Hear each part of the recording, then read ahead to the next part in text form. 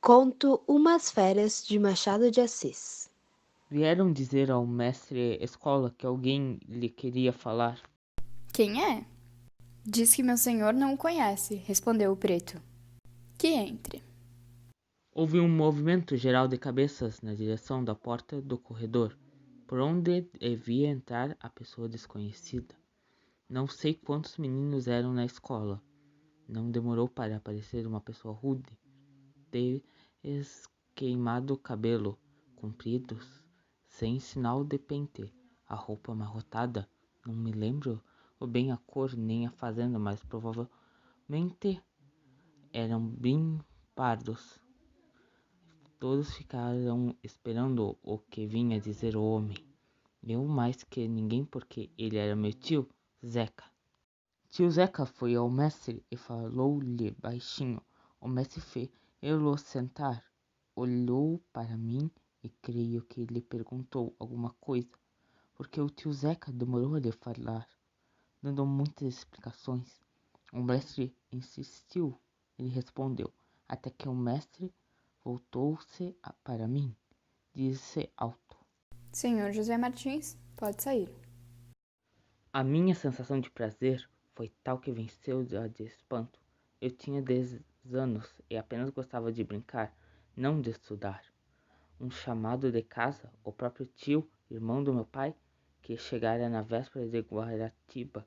Era natural alguma festa, passeio, qualquer coisa. Corri a buscar o chapéu, meti o livro de leitura no bolso e desci a escada da escola. No corredor, beijei a mão do tio Zeca.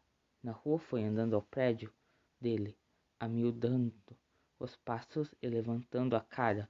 Ele nunca me dizia nada e eu não me atrevia a nenhuma pergunta, pois depois chegávamos ao colégio de minha irmã Felícia. Disse-me que esperasse. Entrou, subiu, desceram e fomos os três para dentro de casa. A minha alegria agora era muita. Certamente havia festa em casa, pois estávamos os dois juntos. No caminho, íamos adivinhando o que teria acontecido. Talvez fosse aniversário do tio Zeca. Virei a cara para ele e vi que ele olhava para o chão com medo de cair, talvez.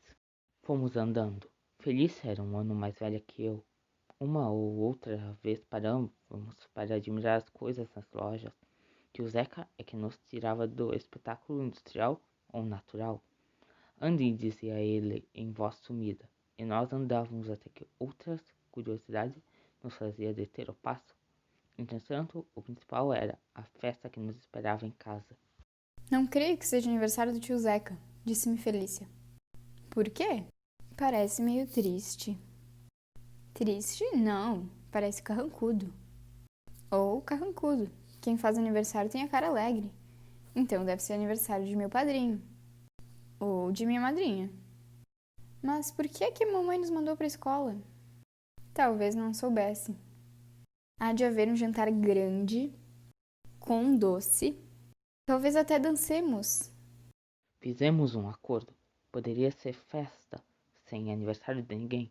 A sorte grande, por exemplo, ocorreu-me também que poderia ser eleições. Meu padrinho era candidato a vereador. Talvez houvesse espetáculo à noite. Tinha ido uma vez no teatro e voltei dormindo, mas no dia seguinte estava tão contente que morria por lá tornar. Posto não houve entendido nada do que eu ouvira. Vira muita coisa, isto sim. Paramos, à espera. A ideia da festa qualquer que fosse continuou a gritar-nos, mas a mim que é a ela. Imaginei 30.000 coisas sem acabar nenhuma. Tão precipitadas vinham, e tão confusas que não as distinguia. Pode ser até que se repetissem. Felícia chamou a minha atenção por... Paramos, à espera. A ideia da festa qualquer que fosse continuou a gritar-nos, mas a mim que é a ela. Imaginei 30.000 coisas sem acabar nenhuma. Tão precipitadas vinham, e tão confusas que não as distinguia. Pode ser até que se repetissem. Felícia chamou a minha atenção por dois moleques de carapuça encaranada que passavam carregando canas, o que nos lembrou a noite de Santo Antônio e São João, que ia a Laídas. Então falei das fogueiras do quintal, das bichas que queimamos, das rodinhas, das pistolas e das danças com outros meninos. Se houvesse agora a mesma coisa, lembro-me era a ocasião de deitar à fogueira o livro da escola e o dela também, com o posto de costura que estava aprendendo. Isso não acudiu Felícia. Eu queimava o meu livro. Papai comprava outro. Enquanto comprasse, eu ficava brincando em casa. Aprender é muito aborrecido. Nisto estávamos, quando vimos tio Zeca e o desconhecido aos pés de nós. O desconhecido pegou-nos queixos e levantou-nos a cara para ele. Fitou-os com seriedade, deixou-nos e despediu-se. 9 horas, lá estarei, disse ele. Vamos, disse-nos tio Zeca. Nisto estávamos, quando vimos tio Zeca e o desconhecido aos pés de nós. O desconhecido pegou-nos queixos e levantou-nos a cara para ele. Fitou-os com seriedade, deixou-nos e despediu-se.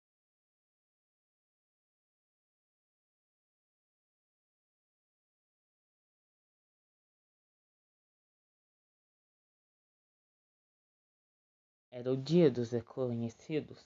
Dessa vez estavam em burros, e um dos dois era mulher. Vinham da roça. Tio Zeca foi ter com eles ao meio da rua, depois de dizer que esperássemos. Teria apenas meia convicção. Tudo era folga. Fosse como fosse, esperamos os dois, examinando o casal de roceiros. Não ouvimos o que disseram. Ele e tio Zeca vimos eles sim. O marido olhar para nós com um ar de curiosidade e falar à mulher que também nos deitou os olhos, agora com pena ou coisa parecida. Enfim, aparente esse tio Zeca veio ter conosco e enfiamos para casa. Era o dia dos desconhecidos. Dessa vez estavam em burros, e um dos dois era mulher. Vinham da roça. Tio Zeca foi ter com eles ao meio da rua, depois de dizer que esperássemos. Teria apenas meia convicção. Tudo era folga. Fosse como fosse, esperamos os dois, examinando o casal de roceiros. Não ouvimos o que disseram. Ele e tio Zeca vimos eles sim. O marido olhar para nós com um ar de curiosidade e falar à mulher que também nos deitou os olhos, agora com pena ou coisa parecida. Enfim, aparente esse tio Zeca veio ter conosco e enfiamos para casa.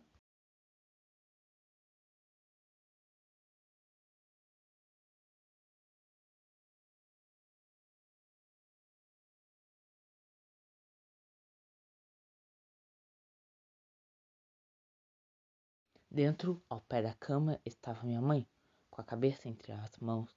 Sabendo da nossa chegada, ergueu-se de salto, vem abraçar-nos entre lágrimas brandando. Meus filhos, vosso pai morreu. A comoção foi grande, por mais que o confuso e o vago entorpecessem a consciência da notícia. Não tive forças para andar e teria medo de fazer. Morto? Como? Morto por quê? Essas duas perguntas se as meto aqui para dar seguimento à ação. Naquele momento não perguntei nada a mim, nem a ninguém. Ouvi as palavras de minha mãe se repetirem em mim e os seus soluços que eram grandes. Ela pegou-nos e arrastou-nos para a cama, onde jazia o cadáver do marido, e fez-nos beijar-lhe a mão tão longe onde estava eu daquilo que, apesar de tudo, não entenderia nada a princípio.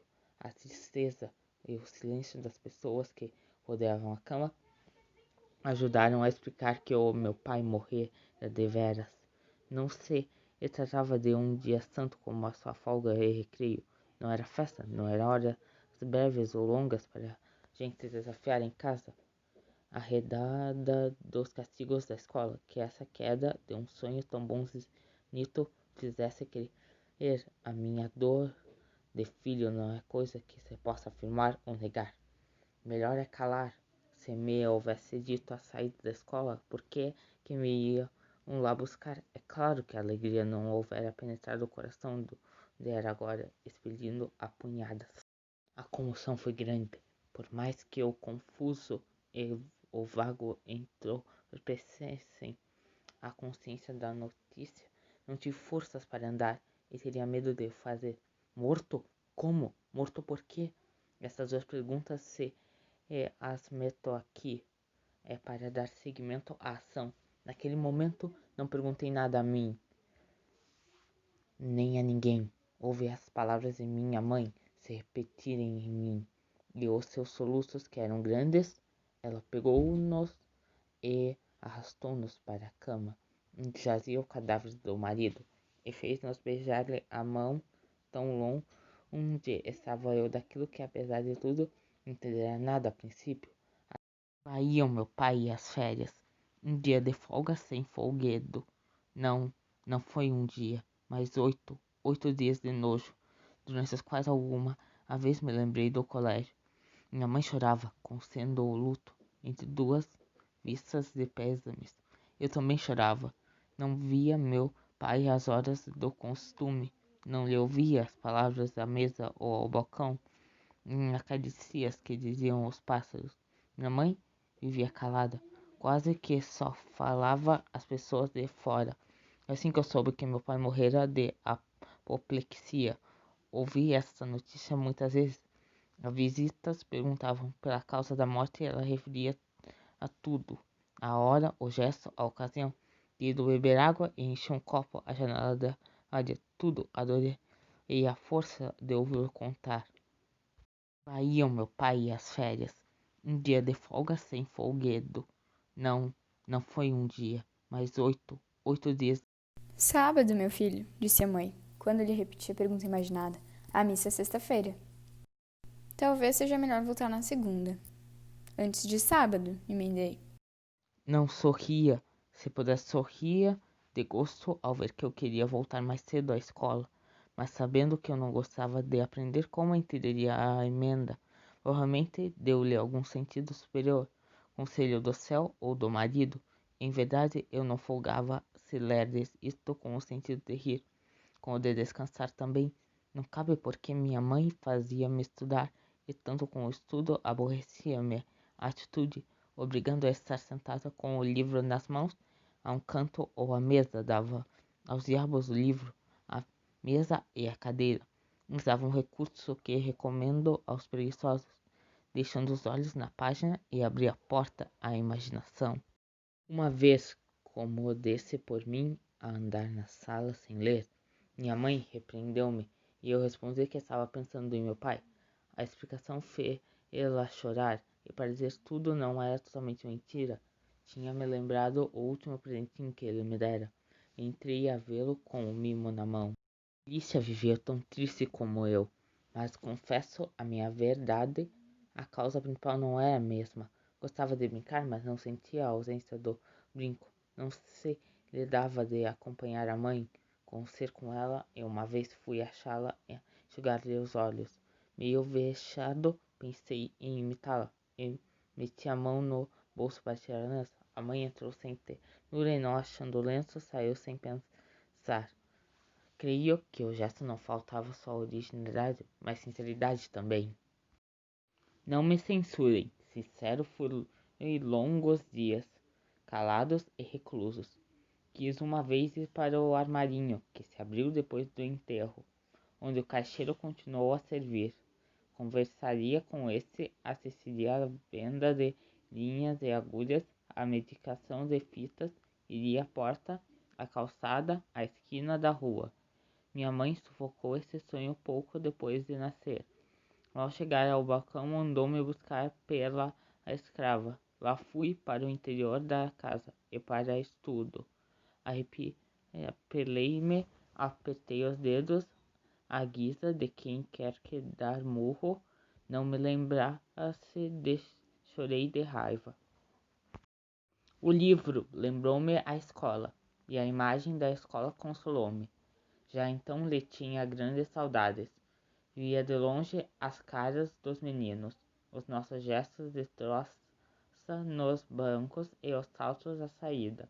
Aquele degredo que eu deixei tão alegremente com o tio Zeca parecia-me agora um céu remoto, e tinha medo de o perder. Nenhuma festa em casa com as palavras, raros movimentos. Foi por esse tempo que eu desenhei a lápis maior número de gatos na margem do livro de leitura. Gatos e porcos não a alegravam, mas a distraía.